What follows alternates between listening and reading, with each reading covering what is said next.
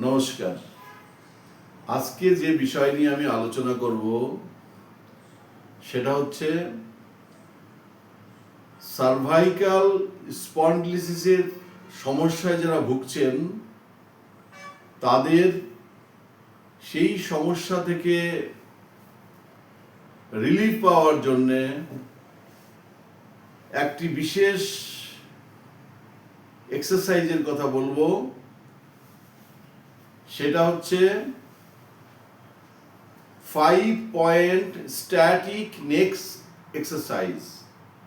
এই 5 point static নেক exercise যদি regular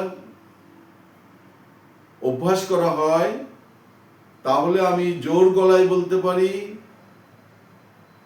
যে আপনাদের সার্ভাইকাল স্পন্ডিলিসের সমস্যা থেকে আপনারা অবশ্যই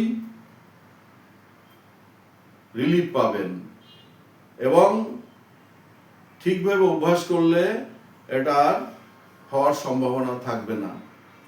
তাই আসুন আমরা বিষয়টা দেখে নেই কিভাবে করতে হবে। প্রথমে শির দ্বারা সোজা রেখে, ঘাড় সোজা রেখে দাঁড়িয়ে কিংবা বসে এটা করা যায়। তা আমি আপনাদেরকে আজকে এটা দাঁড়িয়ে দেখিয়ে দিচ্ছি।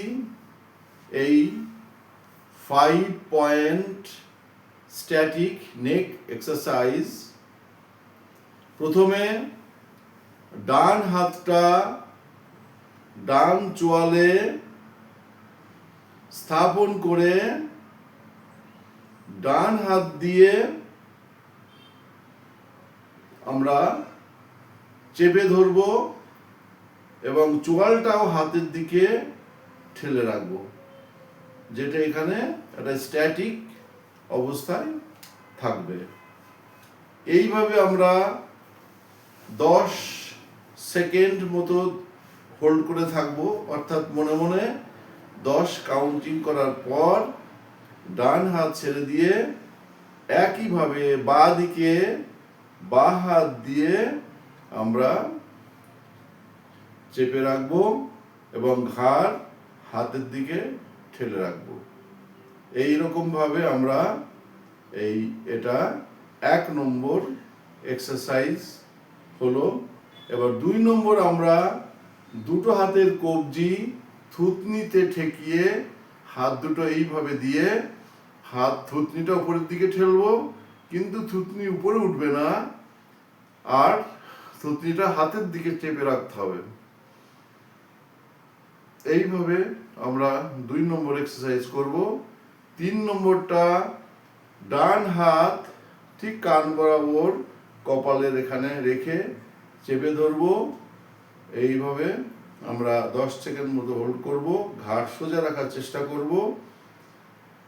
ঘাড় যেমন হাতের দিকে যাবে এবং হাত ঘাড়ের দিকে যাবে, ঠেলতে হবে এইভাবে অবস্থা। একইভাবে বাঁ দিকটাও আমরা ডান হাত ছেড়ে দিয়ে বাঁ হাত দিয়ে করব। এরকম সোজা রাখতে হবে, চেষ্টা করব সবসময় যেন ঘাড়টা সোজা থাকে।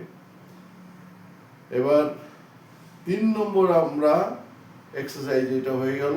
এবার 4 নম্বর যেটা করব, আমরা এইভাবে হাতটা লক করে কপালে হাত দিয়ে কপালটাকে হাত দিয়ে পেছন দিকে ঠেলবো, হাত দিয়ে আর কপালটা সামনের দিকে ঠেলবো, দিয়ে একটা চাপ সৃষ্টি হবে আমাদের ঘাড়ে। এই রকম করে আমরা 10 সেকেন্ড মতো হোল্ড করব এবং একইভাবে হাত লক করে আমরা ঘাড়ের দিকে 5 নম্বর স্ট্যাটিক এক্সারসাইজ যেটা করব সেটাও তাই। হাত দিয়ে ঘাড়টাকে সামনের দিকে ঠেলার চেষ্টা করব এবং ঘাড় পেছনের দিকে করব। এর ফলে যেটা ঘাড়ে যে একটা প্রেশার সৃষ্টি হচ্ছে, যে সার্ভাইকাল ভার্টিব্রাতে যে প্রেশার সৃষ্টি হচ্ছে, সেটা এই রোগ নিরাময়ের জন্য একটা বিশেষ কাজ করে। আমরা এইভাবে প্রতিদিন যদি 3টে সেট অভ্যাস করি তাহলে পরে অন্তপক্ষে সকালে এবং সন্ধ্যায়, তাহলে আমি জোর দিয়ে বলতে পারি, আমার অভিজ্ঞতা দিয়ে বলতে পারি যে আপনারা সার্ভাইকাল স্পন্ডিলোলিসিসের সমস্যা থেকে মুক্তি পাবেন। এইভাবে অভ্যাস করুন, অবশ্যই আমি আশা করব আপনারা এটা সেই সমস্যা থেকে দূর হবে। নমস্কার। আবার পরবর্তীতে অন্য বিষয় নিয়ে আলোচনা করব। ধন্যবাদ।